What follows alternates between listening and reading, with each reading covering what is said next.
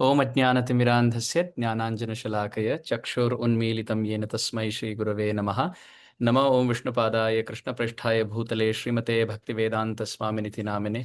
नमस्ते सरस्वती देवे गौरवाणी प्रचारिणे निर्विशेषशून्यवादी पाश्चात्यदेशतारिणे श्रीकृष्णचैतन्य प्रभो नित्यानंद श्री अद्वैत गदाधर श्रीवासादि गौरभक्तवृंद। हरे कृष्ण कृष्ण कृष्ण हरे हरे, हरे राम राम राम हरे हरे। सर्वप्रथम परमाराध्यतम जगतगुरु श्रील प्रभुपाद जी के चरणों में मैं प्रणति अर्पण करके उनकी कृपा याचना की इच्छुक हूँ। तत्पश्चात परम पूज्य श्रील लोकनाथ महाराज के चरणों में बारंबार झुककर मैं यही प्रार्थना पुनः उनके चरणों में निवेदित करता हूँ। और तत्पश्चात सभी एकत्रित वैष्णवी वृंद के चरणों में मैं प्रचुर मात्रा में झुक झुक कर नमन करता हूँ। आप प्रतिदिन इस सुंदर जूम मंदिर में एकत्रित होकर नाम जप करते रहते हैं, और जब भी मैं यहाँ कथा की सेवा में आता हूँ तो इतनी संख्या में भक्त दिखते हैं जो माथे पे तिलक है, फिर कंठी है, और माला झोली लेकर सुंदर नाम का उच्चारण करते करते मैं मुझे पवित्र लगता है। केवल आप सबके दर्शन मात्र से दर्शने पवित्र करो ए तुम्हार गुण, नेत्रों का फल है अक्षणो फलम त्वदृश दर्शनम ही। तो इतने वैष्णवों की संख्या में मानो एक ही जगह पर संग प्राप्त करना, ये मेरे लिए सौभाग्य है। तो आप सबके चरणों में मैं झुक झुक कर नमन करता हूँ।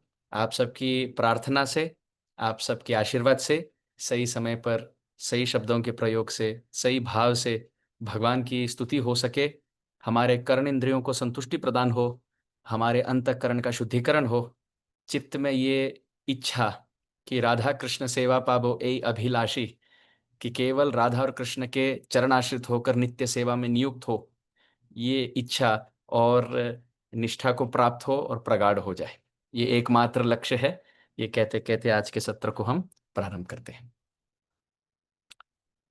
चैतन्य चरितामृत में वर्णन है, राधा कृष्ण एक आत्मा दुई देह धरी अन्योन्य विलास रसे आस्वादन करी। राधा कृष्ण नित्य ऐचे एक ही स्वरूप, लीला रस आस्वादिते धरी दुई रूप। राधा पूर्ण शक्ति, कृष्ण पूर्ण शक्तिमान, दुई वस्तु भेद नहीं शास्त्रेर प्रमाण। ये तीन अलग श्लोक हैं। कृष्णदास कविराज गोस्वामी पाद ने इसका यदि तात्पर्य किया जाए सरल भाषा में, तो कृष्णदास कविराज गोस्वामी ने राधा तत्व को कृष्ण तत्व से अभिन्न प्रस्तुत किया कि राधा और कृष्ण एक ही वस्तु है। राधा कृष्ण एक आत्मा है और दुई देह धरी, दो देहों में विराजमान है, दो देहों में विभाजित है। कृष्ण को कह सकते हैं विषय विग्रह, श्रीमती राधा रानी को कह सकते हैं आश्रय विग्रह। विषय विग्रह, आश्रय विग्रह, ये दो विग्रह हैं। जिस प्रकार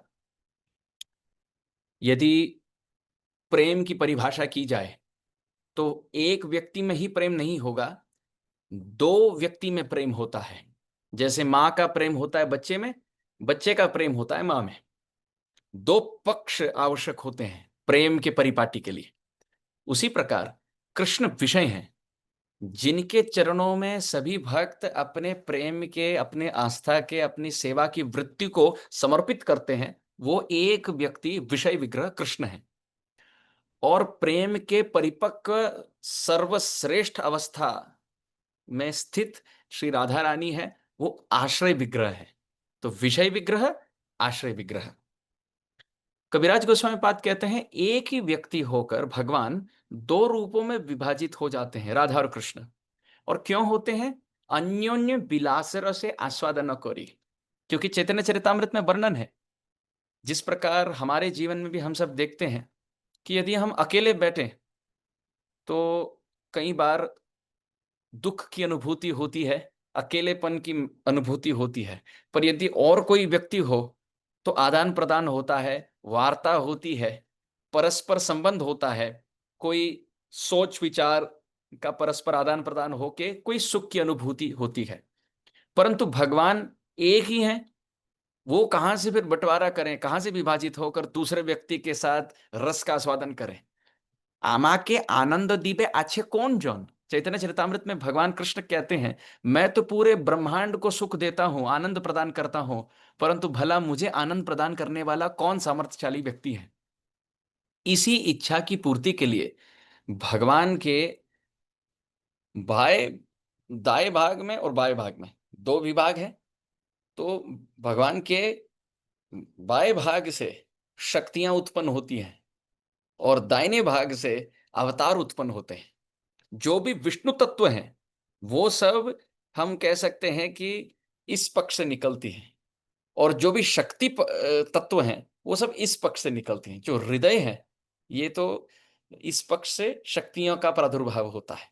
इसलिए हम देखते हैं कि जब कृष्ण बलराम उपस्थित हैं तो हम केवल उनके उपस्थिति से, विग्रह मूर्ति की उपस्थिति से हम देख सकते हैं कि कृष्ण के इस पक्ष में बलराम जी उपस्थित है।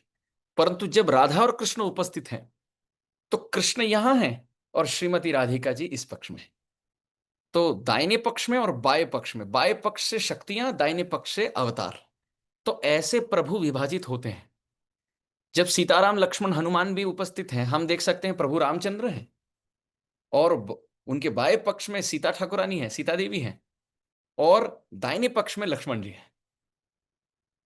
पंचतत्व की उपस्थिति स्थान में भी प्रधानता देखिए।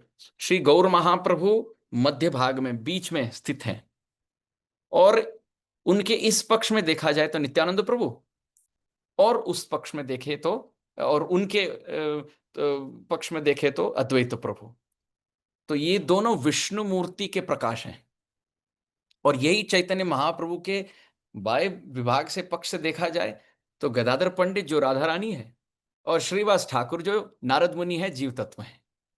वैसे नारद मुनि तो नित्य मुक्त हैं, परंतु लीला के दृष्टि से जीव तत्व है। तो शक्ति तत्व लादिनी शक्ति राधा रानी और जीव तत्व तटस्था शक्ति, ये हृदय के पक्ष से, प्रभु के पक्ष से प्रादुर्भावित होते हैं, और दाहिने पक्ष से विष्णु मूर्ति, बलराम जी, अन्य अवतार इत्यादि।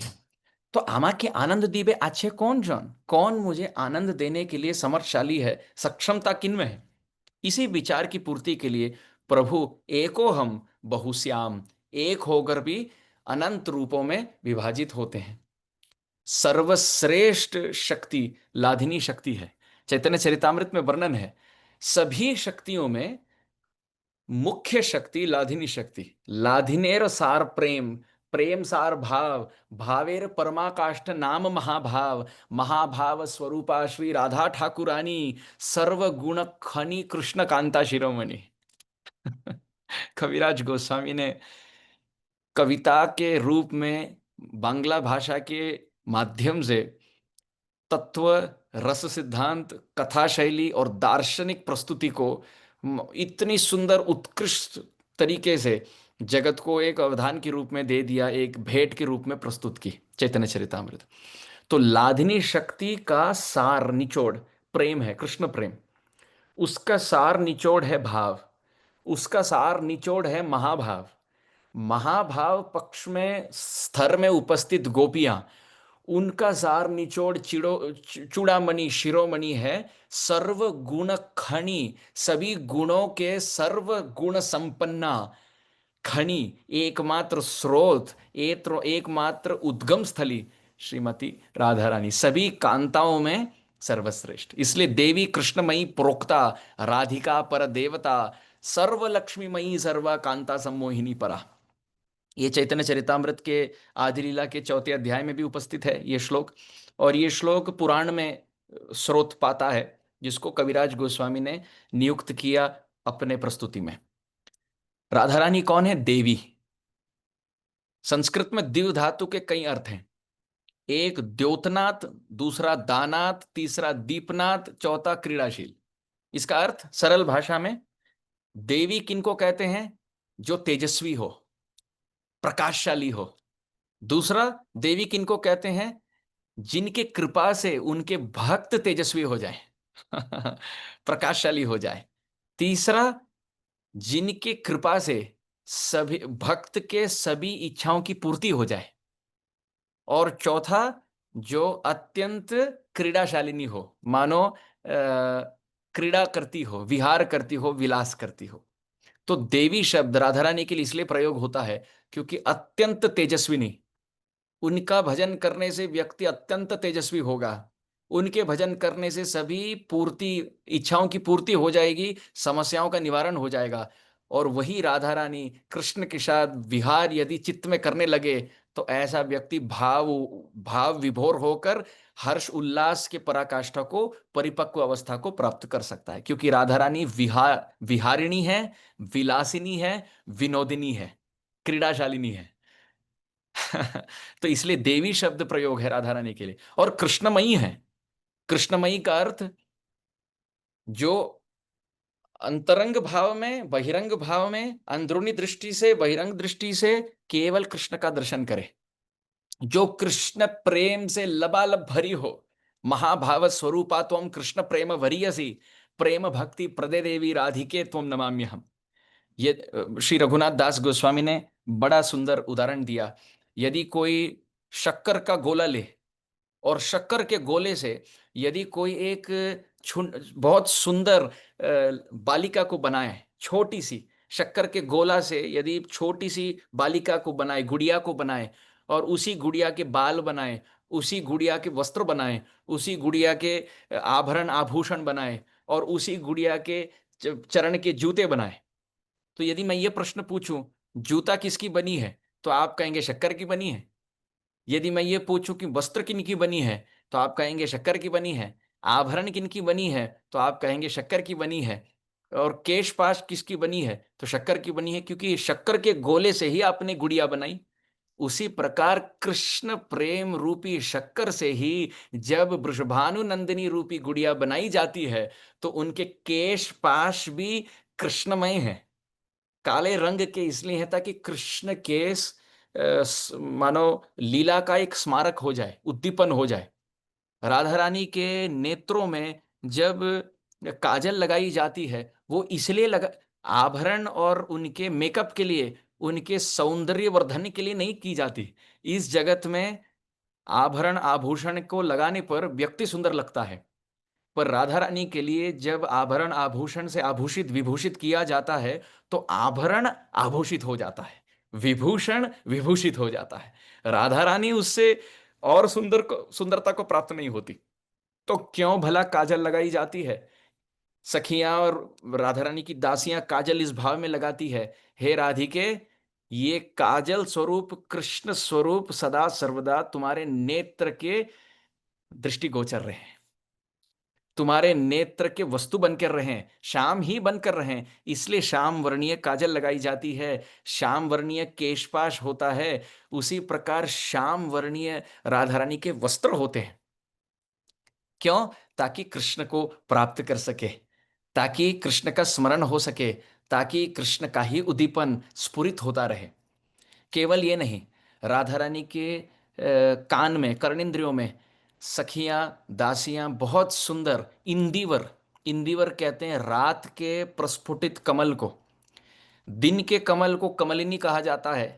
बड़े कमल, छोटे कमल, दिन के कमल, रात के कमल, स्वर्ण कमल, श्वेत कमल, रक्त कमल, सब के हमारे भारतीय संस्कृति में, वैदिक संस्कृति में, विशेष करके रस शास्त्र के शब्दकोश में अलग अलग कमलों को अलग अलग नाम से संज्ञा दी जाती है, अलग अलग नामों से संज्ञा दी जाती है। जैसे कमलिनी, कुमुदिनी, कैरव, उत्पल, अंबोज।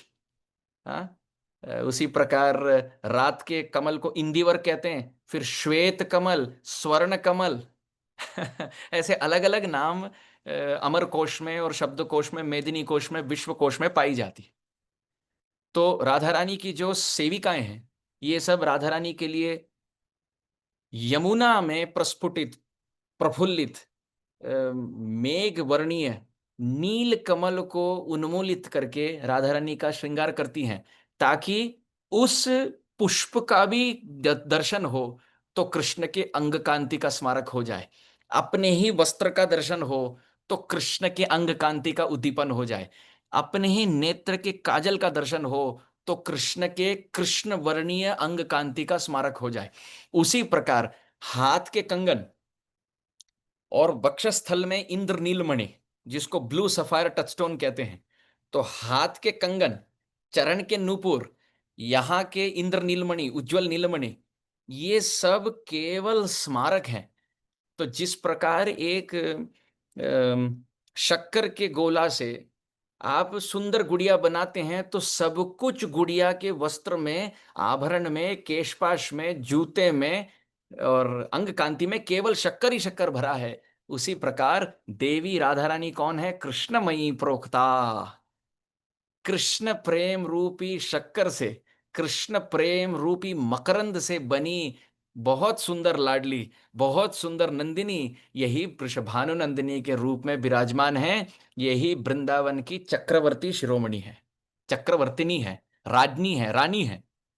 तो इनके केशपाश भी, इनके आंखों के काजल भी, उसी प्रकार आभरण आभूषण भी, इनके बड़े सुंदर कमल पुष्प, कर्णेंद्रियों के कमल पुष्प, उसी प्रकार माला जो गूंथी जाती है वो कमल पुष्प, वक्षस्थल के इंद्र नीलमणि, उज्जवल नीलमणि का हार, उसी प्रकार सभी प्रकार के कंगन, बाजूबंद, केयूर, कंकन, कटिबंदी, जो कटी तट की जो किंकिणी है, सभी प्रकार के आभरण आभूषण और वस्त्र अलंकार, ये सब राधा रानी की सेवा में इसलिए ही की जाती है कि हे राधे, हम सेवा इसलिए कर रहे हैं ना ताकि आप और सुंदर लगे ना, हम तो ये इसलिए कर रहे हैं ताकि ये सब सुंदर हो जाए। वस्त्र के परिपक्व अवस्था है कि वो वस्त्र श्री राधा रानी के अंग कांति को स्पर्श कर ले। कोई भी प्रकार के आभरण आभूषण का परिपक्व अवस्था है कि वृषभानु नंदिनी के अंग कांति को ये धर ले। जो कृष्ण के चरण के केवल नख कांति के ज्योति अग्रभाग का स्मरण कर लेता है, संचिंतयेद भगवत चरणारविंदम वज्रांकुश ध्वज सरोरुह लांछनाढ्यम, भागवत में वर्णन आया है। केवल भगवान के चरण के नख कांति के अग्रभाग के ज्योति छटा का यदि कोई दर्शन कर ले, तो उनके हृदय का महद अंधकार, जन्म जन्मांतर अर्जित जो अविद्या का महद अंधकार है, जिस प्रकार सूर्योदय में, अरुणोदय में पूरा श्याम वर्णीय नभस्थल अरुण रंगित हो जाता है, उसी प्रकार अविद्या रूपी अहंकार महद अंधकार रूपी चित्त कृष्ण के चरण के नख अग्रभाग के ज्योति छटा का दर्शन या स्मरण मात्र करने से व्यक्ति प्रकाश को प्राप्त करता है हृदय में, कृष्ण स्मरण से। और कृष्ण जिनके रूप कांति का स्मरण करते हैं, किनके नाम उच्चारण करते हैं, जिनकी कथा सुनते हैं, कृष्ण जिनके चरण की सेवा करने के लिए लालायित हैं, वो है श्रीमती राधा रानी। तो राधा और कृष्ण एक हैं, परंतु विभाजित हुए हैं स्वामी में और स्वामिनी में, प्रिया में और प्रियतम में, शक्तिमान में और शक्ति में। एक ही वस्तु, किछु नहीं भेद, कोई भेद नहीं। राधा पूर्ण शक्ति हैं, कृष्ण पूर्ण शक्तिमान हैं, इनमें कोई भेद नहीं। तो अद्भुत बात यह है कि राधा रानी की इस निस्वार्थ निर्मल प्रेम प्रस्तुति का जब प्रभु अनुभव करते हैं, तो कृष्ण सोचते हैं, वाह वाह वाह, ऐसी प्रेम दशा, ऐसी निस्वार्थ निर्मल सेवावृत्ति मुझ में क्या है? कृष्ण स्मरण करते हैं, मुझ में ये क्या है? ये अद्भुत तत्व है। क्योंकि इस जगत में देखा जाता है कि जो विद्याहीन है वो विद्यापूर्ण के प्रति आकृष्ट होता है, जिसको अधिक बुद्धि ना हो वो बुद्धिमता व्यक्ति, बुद्धिमान व्यक्ति के चरणों में मानो आकृष्ट हो जाता है। जो धनहीन है, याचक है, वो धन समृद्धि पूर्ण व्यक्ति के प्रति आकृष्ट हो जाता है। जो रूपहीन है वो रूपवान के प्रति आकृष्ट होता है। जहां अपूर्ण इच्छा है वो पूर्णता की ओर आकृष्ट होता है। परंतु यहां वृंदावन में इसको विवर्त कहते हैं, प्रेम विवर्त। प्रेम के कारण उल्टी परिपाटी चलती है, सब कुछ उल्टी चल रही है। क्यों? क्योंकि कृष्ण सर्वश्रेष्ठ हैं, परंतु राधा रानी उनसे भी बढ़कर है। कृष्ण सुंदर हैं, राधा रानी अति सौंदर्यशालिनी है। कृष्ण सर्वगुण संपन्न है, परंतु राधा रानी में अधिक गुण है। कृष्ण ये सोच रहे हैं, मेरी अंग कांति बहुत प्रकाशमान है, परंतु श्रीमती राधा रानी की अंग कांति और ज्योति को प्राप्त करती है। मेरी रूप अति सौंदर्य है, अति सौंदर्यशाली हूं मैं, परंतु मेरे पक्ष से यदि देखा जाए तो राधा रानी अति अधिक सौंदर्यशालिनी है। तो सभी गुणों में, सभी दृष्टि से, वो अंग की कांति हो अथवा अंग की प्रत्यंग रूपता हो अथवा सौरभता, मानो सुगंध हो, सभी दृष्टि से, चित्त की निस्वार्थता हो, सभी दृष्टि से, सभी गुण, सभी कला, सभी नैपुण्यता, सभी कुशल भावों में यदि देखा जाए, परखा जाए, तो राधा रानी तो मुझसे बढ़कर है। तो मैं उनके चरणों के प्रति आकृष्ट होता हूं, इसमें कोई आश्चर्य की बात नहीं। परंतु वो मुझ में ऐसा कौन सा गुण देख रही है, कृष्ण सोच रहे हैं। ये चैतन्य चरितामृत में वर्णन है, चौथे अध्याय में। कृष्ण ये सोचते हैं कि अरे, ऐसी राधा रानी मेरे रूप से कैसे आकृष्ट होती है। ऐसी राधा रानी जो वीणा शालिनी हो, मधुमती नाम की वीणा धारण करती है, वो मेरे बंसी वादन से कैसे आकृष्ट होती है। ऐसी राधा रानी जो गांधर्विका हो, बहुत सुंदर गाती हो, वो भला मेरे सुंदर ध्वनि से और मेरे शब्द शैली से कैसे आकृष्ट होती है। ऐसी राधा रानी जो पाश क्रीड़ा में मुझे हार गिराती है, ऐसी राधा रानी जो वाक चातुर्य में, वाक युद्ध में मुझे मार गिराती है, ऐसी राधा रानी मेरे बुद्धि के प्रति कैसे आकृष्ट होती है। ऐसे राधा रानी जो नृत्य कला में सर्वशालिनी हो, वो मेरे नृत्य कला से कैसे आकृष्ट होती है। जो राधा रानी का नाम राधा, दो अक्षर एकदम सरल है, र आ ध आ, सरल राधा, परंतु मेरा नाम तो मेरे रूप की तरह त्रिभंग ललित है। क लगता है, उसमें ऋकार लगता है। वो कृष्ण नहीं है, कृष्ण नहीं है, कृष्ण नहीं है, पर कृ है। ऋषि वाला ऋ लगता है, कृ लगता है। और सकार नहीं लगता, श्याम वाला शकार नहीं लगता, षटकोण वाला शकार लगता है। और फिर न नहीं लगता, नटवर वाला न नहीं लगता, कांचन वाला ञ नहीं लगता, उसी प्रकार संकीर्तन वाला ङ नहीं लगता, ये ण लगता है, ण। तो क के साथ र, र के साथ श के साथ ण। ठाकुर जी सोचते हैं राधा रानी का नाम तो सरल है, मैं अपने रूप की तरह वक्र चलता हूं, मेरे नाम के अक्षर भी वक्र हैं। भला ऐसी राधा रानी जो सरल स्वरूपिणी है, वो मेरे नाम से, मेरे धाम से, मेरे रूप से, मेरे गुण से, मेरे सभी प्रकार के कला से कैसे आकृष्ट होती है। हे राधिके, अपने मुखमंडल से, अपने श्रीमुख से इस सुधा सरित को निसृत करके मुझे समझा दो कि क्या हृदय में अनुभव होता है जब कृष्ण शब्द की ध्वनि सुनाई पड़ती है, जब कृष्ण शब्द का उच्चारण रसना पर होता है, जब कृष्ण का अधरामृत प्रसाद, महाप्रसाद पान मिलता है, जब कृष्ण के त्रिभंग ललित मोर मुकुटधारी राधा रमण इस रूप का दर्शन होता है, जब कृष्ण की कथा का श्रवण आस्वादन होता है, जब कृष्ण के लीला विहार का दर्शन होता है। हे राधिके, बताओ क्या अनुभव होता है। और राधा रानी, रूप गोस्वामी पाद लिखते हैं, विभुरपि कलयन सदा विवृद्धिम गुरुरपि गौरवचर्यया विहीनः उपचितम मुहुरुपचितम वक्रिमपि शुद्धो जयति मुरद्विषो राधिका अनुरागः। श्री रूप गोस्वामी पाद कहते हैं राधा रानी में बड़ी विरुद्ध धर्म का समन्वय है, बड़े बड़े विरुद्ध धर्म चलते हैं। कैसे? राधा रानी सरल स्वरूप है, चित्त उनका स्पष्ट है, चित्त उनका स्वच्छ है, फिर भी उनकी प्रेम की प्रस्तुति बड़ी वक्र चलती है। इस जगत में हम देखते हैं जो व्यक्ति वक्र चित्त का होता है, उनकी वाणी वक्र चलती है, उनका कार्य वक्र चलता है। पर राधा रानी का चित्त तो सरल है, निस्वार्थ है, निष्कपट है, फिर भी उनकी वाणी वक्र चलती है। कई बार राधा रानी को कृष्ण से मिलने की इच्छा होती है, परंतु कृष्ण के आतुरता को अधिक बढ़ाने के लिए मान की लीला करके कृष्ण को कुंज के बाहर खड़ी कर देती है। दूसरी बात, रूप गोस्वामी पाद कहते हैं सबसे उत्कृष्ट उच्च सर्वोच्च स्थान में होकर भी अत्यंत दीनहीन अकिंचन विनम्रता की प्रतीक है।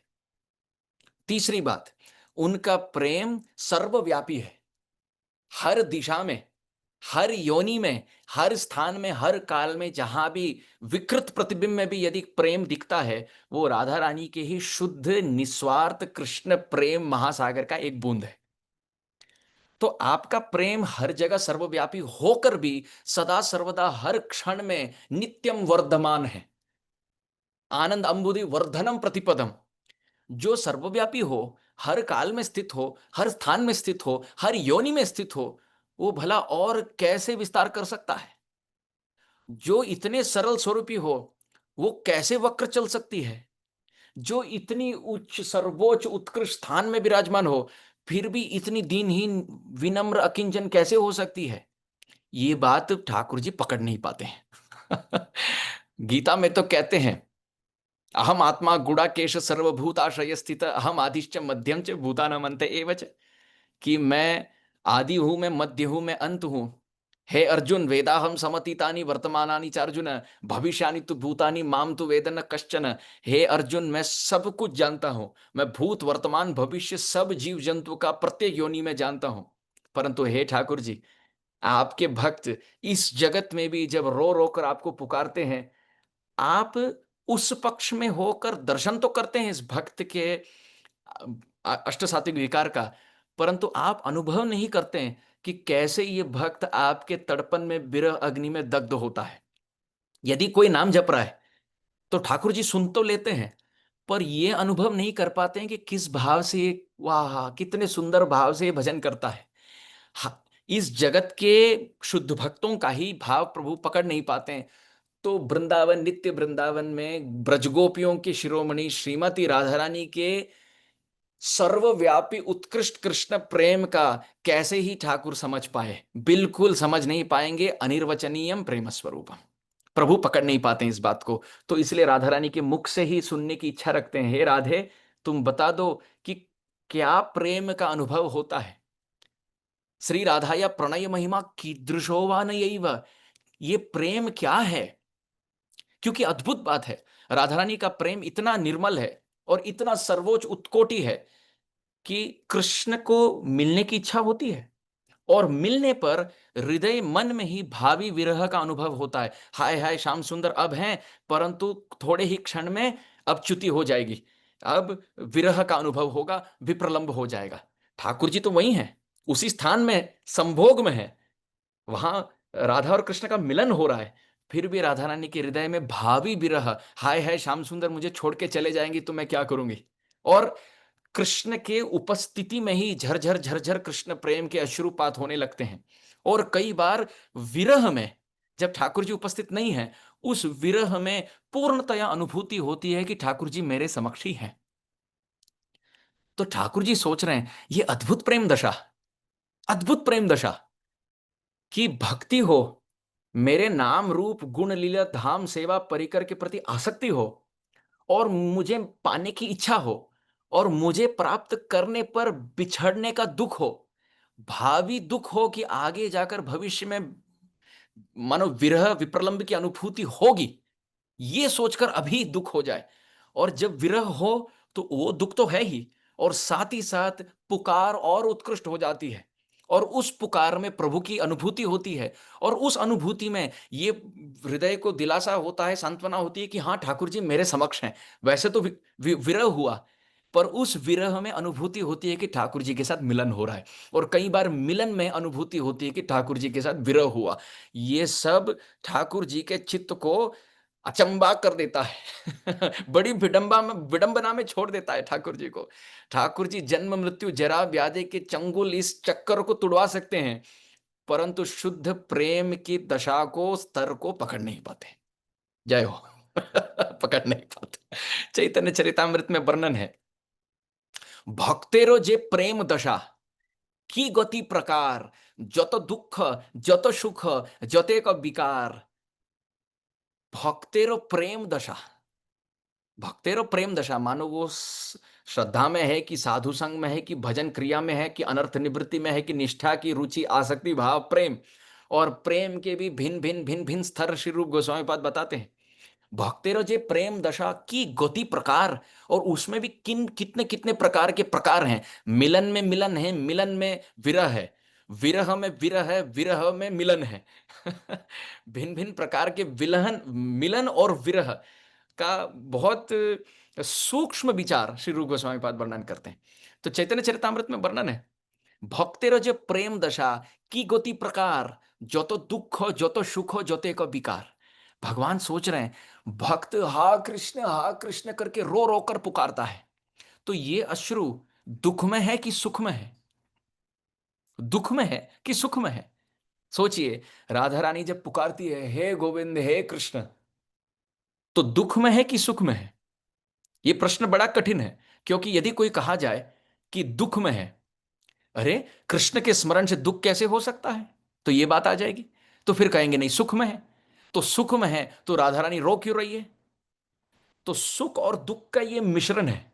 चैतन्य चरितामृत में वर्णन है, जिस प्रकार गन्ने का रस बड़ा रसीला है, बड़ा रसीला, परंतु यही इसको गर्म किया जाए, इसका तापमान बढ़ाया जाए और इसको मुख में रखने की यदि कोई मानो विनती कर दे, इतना गर्म है कि व्यक्ति उसको निगल नहीं पाएगा, पी नहीं पाएगा। और यही गन्ने का रस इतना रसीला और इतना मधुर है कि थूकने की इच्छा नहीं होती, इतना मधुर है कि इसको घटकने की इच्छा होती है, और इतनी तापमान बढ़ गई है कि घटकने की इच्छा हो नहीं पाती, व्यक्ति थूकने की इच्छा करता है। ना थूक सकता है क्योंकि रसीला है, और ना निगल सकता है, अच्छा ना थूक सकता है क्योंकि रसीला है, क्योंकि इतना स्वादिष्ट है कि थूकने की इच्छा नहीं होती, परंतु इतना गर्म है कि पी नहीं सकता, तो थूकने की इच्छा होगी। तो इस प्रकार कृष्ण प्रेम विष अमृत का मिश्रण है। ये सब चैतन्य चरितामृत से है। विष और अमृत का मिश्रण, कृष्ण के अनुभूति में, कृष्ण के स्मरण में, कृष्ण के नाम उच्चारण में, कृष्ण के कथा श्रवण में इतना अमृत है, मानो गन्ने का रस। परंतु उसी कृष्ण से यदि आसक्ति हो जाए और प्रभु बिछड़ जाए, प्रभु न मिले, तो मानो वही गन्ने का रस, वही कृष्ण प्रेम जो विष का मानो कुंभ है, अमृत का कुंभ है, अब ये विष के कुंभ में परिवर्तित हो जाता है। जिस प्रकार गन्ने का रस यदि गर्म हो जाए, वो रसीला तो है पर पी नहीं पाएंगे, उसी प्रकार कृष्ण प्रेम होते विष अमृत मिलन चैतन्य चरितामृत, विष और अमृत का ये मिश्रण है। तो ठाकुर जी समझ नहीं पाते कि राधा रानी रो रही है, क्या ये मेरे प्राप्ति के लिए रो रही है? हा कृष्ण हा गोविंद। और जब मैं मिल जाता हूं तभी रोती है, हा कृष्ण हा गोविंद। भावी विरह में कि आगे जाके विरह हो जाए तो मैं क्या करूंगी? और जब विरह होता है तो हा कृष्ण हा गोविंद करके मुस्कुराती है। तो विरह में रोती हैं और उसमें प्रभु स्फूर्ति के रूप में अवतरित होते हैं, तो उस स्फूर्ति का दर्शन करके उस विरह में मिलन का अनुभव, और उस मिलन में हर्ष उल्लास का अनुभव, फिर उस हर्ष उल्लास में प्रभु से बिछड़ने का अनुभव तो अधिक दुख, फिर उस दुख में प्रभु को पुकारने का अनुभव तो उसमें अत्यंत सुख, फिर उस सुख में प्रभु का प्रादुर्भाव। और मानो ये ऐसा एक चक्कर है, भक्त पुकारता है विरह में, प्रभु आते हैं तो अब सुख की प्राप्ति होती है, पर वही प्रभु आगे जाके बिछड़ ना जाए ये विचार में अत्यंत दुख होता है, और उस दुख में व्यक्ति पुकारता है, और उस पुकार को आदान प्रदान करने के लिए प्रभु मद भक्ता यत्र गायंती तत्र तिष्ठामि नारद करके आ जाते हैं। तो अब सुख में दुख और दुख में सुख, और कई बार सुख में सुख और दुख में दुख, मिलन में मिलन, मिलन में विरह, विरह में विरह, विरह में मिलन। चैतन्य चरितामृत में वर्णन है, भक्तिरो जे प्रेम दशा की गति प्रकार जत दुख जत सुख जतेक विकार कृष्ण ताहा सम्यक न पारे जानीते भक्त भाव अंगीकार ताहा आस्वादिते।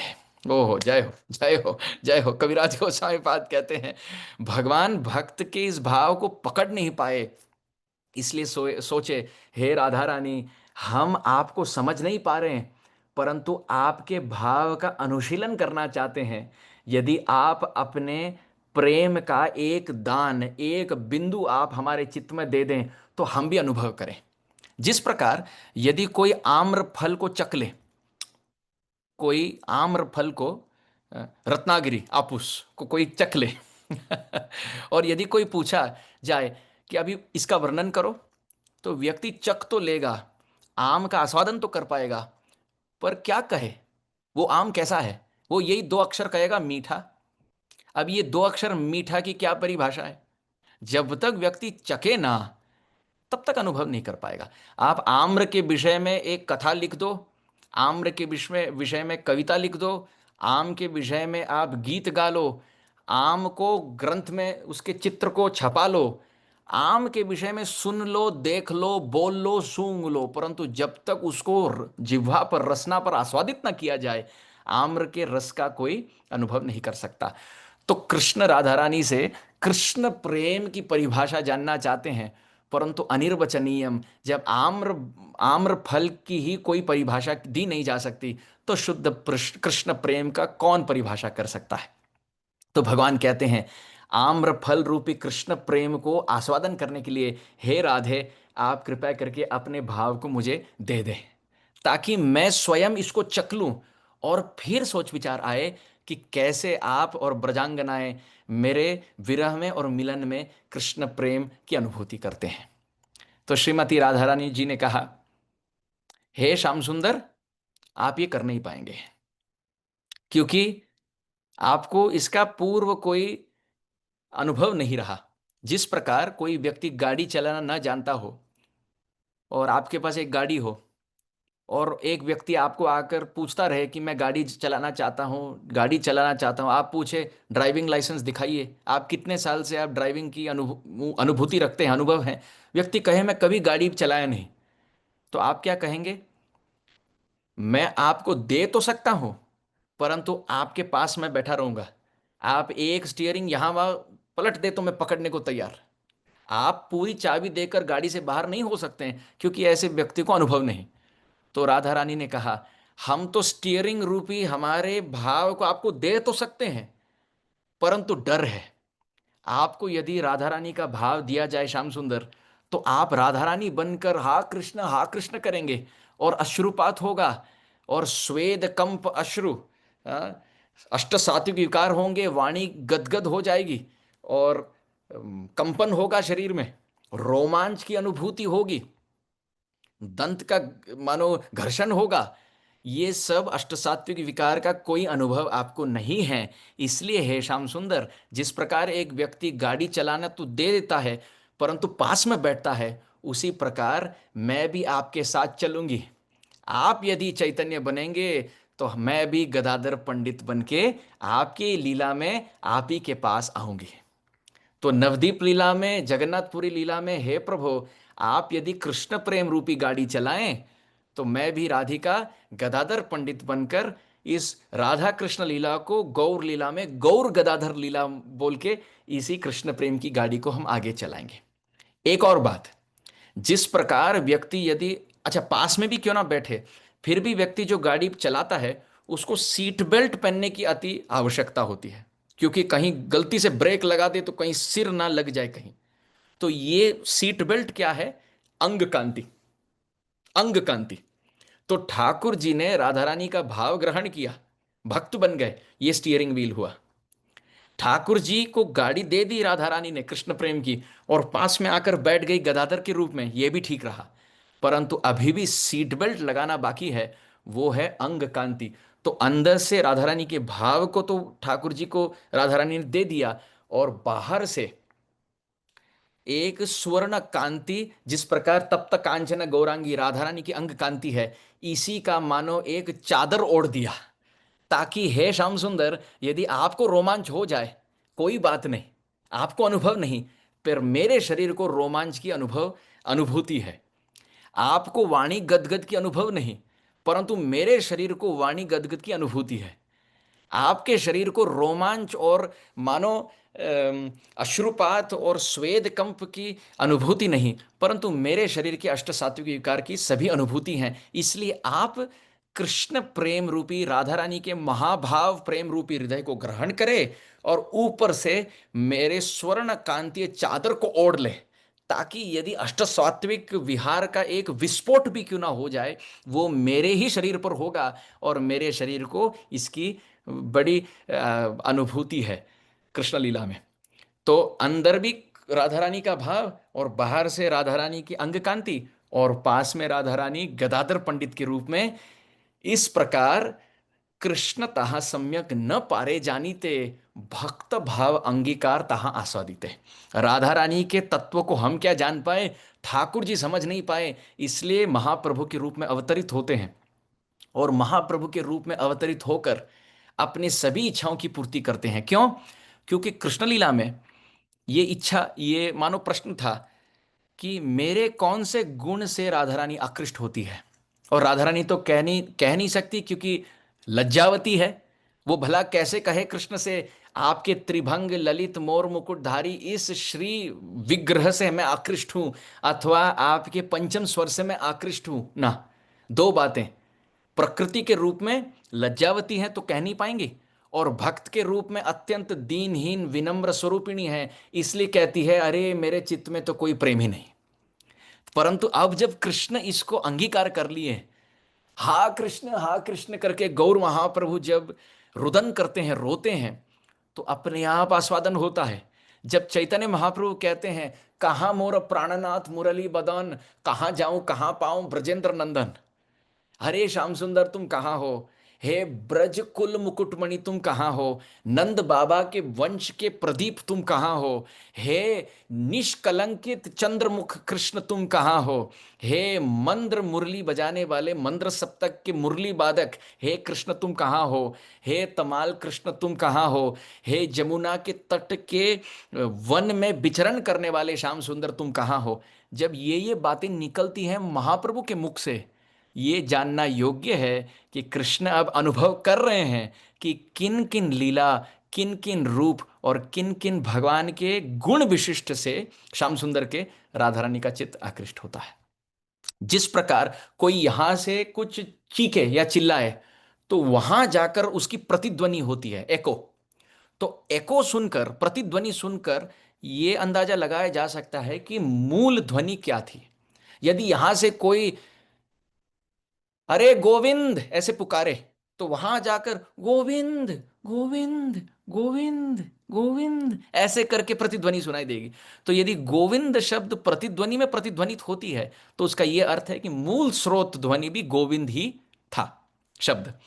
उसी प्रकार महाप्रभु की लीला ये मानो प्रतिध्वनि है, एको है। तो महाप्रभु जब कीर्तन करते हैं, गाते हैं, उसका यह अर्थ है राधा रानी गा रही है। महाप्रभु जब नृत्य करते हैं, उसका यह अर्थ है कि राधा रानी नृत्य कर रही है। महाप्रभु जो रो रहे हैं, उसका यह अर्थ है कि राधा रानी रो रही है। महाप्रभु यहां मानो जगन्नाथ के प्रति आकृष्ट हो रहे हैं, जगन्नाथ में त्रिभंग ललित कृष्ण का रूप देख रहे हैं, मानो वहां राधा रानी कृष्ण के त्रिभंग ललित रूप का दर्शन करके आकृष्ट हो रही है। तो इस प्रकार भगवान श्याम सुंदर ने राधा तत्व का अनुभव किया चैतन्य महाप्रभु के रूप में। और व्यक्ति जब ये एक प्राकृतिक उदाहरण देते हैं, यदि एक छोटा सा मटका हो और उसमें लबालब ऊपर तक पानी भरा जाए, अब और पानी भरने पर होगा क्या? वो पानी बाहर की ओर निसरित होगा, बाहर की ओर निकल जाएगा। उसी प्रकार भगवान श्याम सुंदर ने राधा रानी के अनंत गूढ़तम प्रेम को लबालब भर लिया, और इतने बड़े भक्त चैतन्य महाप्रभु के रूप में, तो अपने आप जिस प्रकार मटके में अधिक पानी भरने पर वो पानी बाहर निकल जाता है, वही प्रेम महाप्रभु के दृष्टि से, महाप्रभु के गान से, महाप्रभु के नृत्य से, महाप्रभु की लीला से, महाप्रभु के आलिंगन से इस पूरे जगत में फैलने लगा। विश्वम गौरर से मग्नम स्पर्शोपि मम नाभवत, वंचितोस्मि वंचितोस्मि वंचितोस्मि न संशय। श्रीपाद प्रबोधानंद सरस्वती जी कहते हैं कि राधा रानी के प्रेम को भरकर श्याम सुंदर अब पूरे जगत में उसको प्रवाहित कर रहे हैं। जिस प्रकार व्यक्ति यदि पूरे कंठ तक प्रसाद पाले, तो अपने आप केवल डकार से पता चलता है कि किस प्रकार का व्यंजन पाया है। उसी प्रकार महाप्रभु श्री कृष्ण ने राधा रानी के प्रेम रूपी व्यंजन को इतना तक लबालब भर लिया कि केवल डकार रूपी प्रेम नाम संकीर्तन से, उनके लीला से, उनके विरह से, उनके शिक्षाओं से, उनके सोच विचार से, उनके विप्रलंब दिव्योन्माद अनुभूति से ये पता किया जा सकता है कि किस प्रकार का वैशिष्ट्य, किस प्रकार के गुण, किस प्रकार के रूप नाम धाम प्रेम के मानो बहुत ही सूक्ष्म बातों को प्रभु ने पचाया और उसी का डकार चैतन्य चरितामृत में दिखता है। तो चैतन्य लीला ये प्रतिध्वनित लीला है और राधा कृष्ण की लीला मूल लीला है। तो लीला के रहस्य को जानने के लिए गौर लीला के दरवाजे से ही, गौर तत्व से कृष्ण तत्व से राधा तत्व, और कृष्ण राधा रानी के तत्व को जानने के इच्छुक तो पुनः गौर तत्व। गौर तत्व के प्रवेश से हम कृष्ण भक्त बन सकते हैं और राधा रानी की महिमा जान सकते हैं, और कृष्ण राधा रानी के तत्व को जानने के लिए इच्छुक होकर पुनः गौर महाप्रभु बन के इस जगत में कृष्ण प्रेम, राधा दास्यम, कृष्ण प्रेम के दान को प्रत्येक स्थान में वितरित करते हैं।